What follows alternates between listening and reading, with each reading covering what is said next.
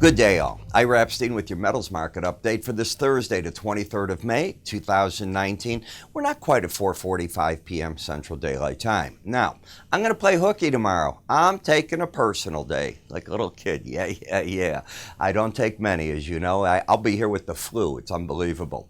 But I am going to take a personal day. So what we're going to do today are two things. Number one, it's Memorial Day. I'm going to give a deal on my charting course. If you haven't tried it, I'm going to offer special pricing, tell you what it's all about at the end of this.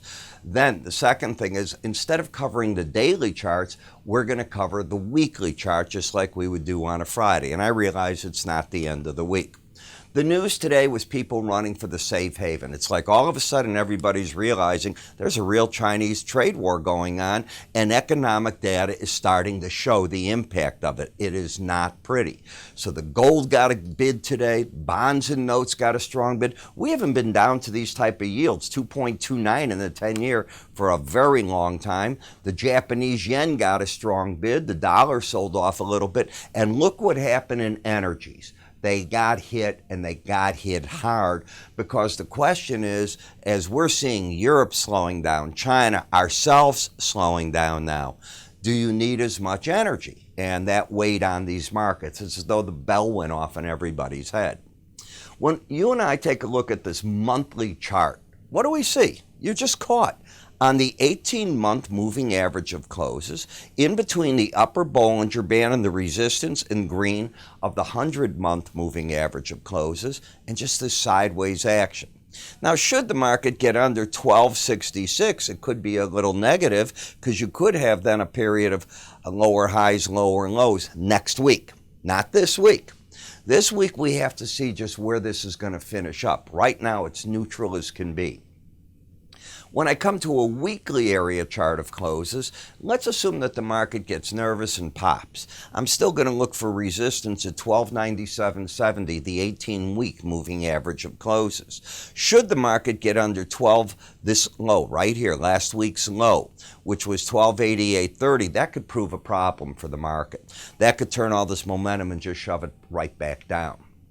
When we take a look at a weekly bar chart, you can see 1344 was your high, and we've been slipping in like a staircase fashion with lower highs, lower lows, and you see them right here, lower highs, lower lows. So even the rally that has got the market up 970 through Thursday, that's today, the 23rd, you still have to get up and over 1304.20 to negate this bear pattern. And by the way, if it did it, what it could do is it could make higher lows, higher highs. So where are the moving averages that might be a problem?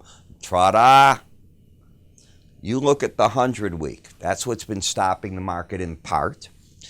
And the 18-week. So you've got a pattern here that is bearish. You still have lower highs, lower lows. The bias is down.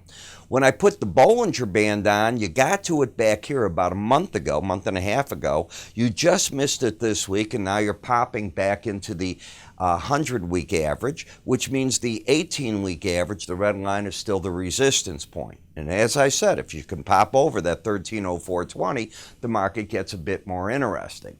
My problem with the market is I believe that momentum leads price most of the time. And momentum is still flat to bearish, not up.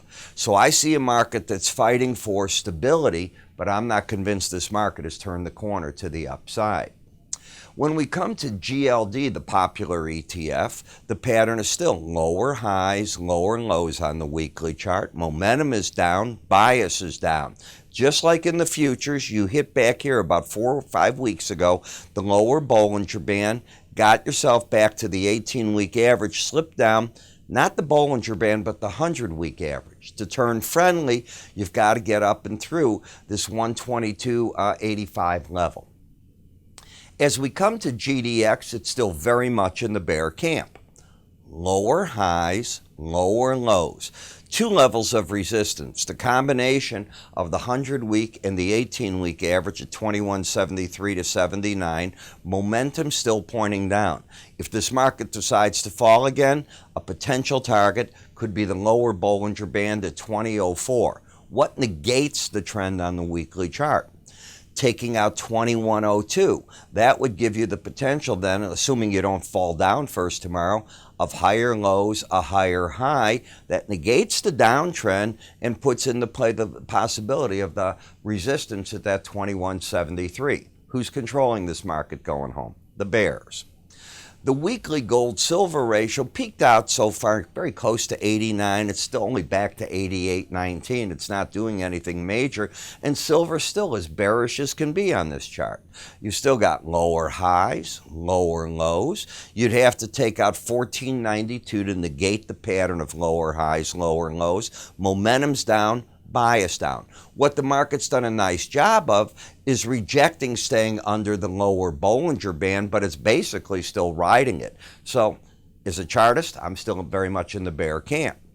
In copper, I think that now, right here, this week, this is where the pros lifted short positions.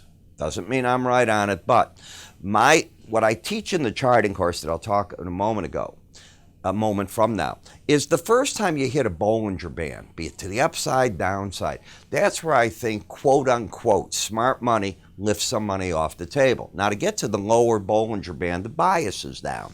It's the only way you can get to it. To get to the upper one, the bias had to be up. It's all relative to the 18-week moving average of closes. There's, of course, the swing lines and other things that come in.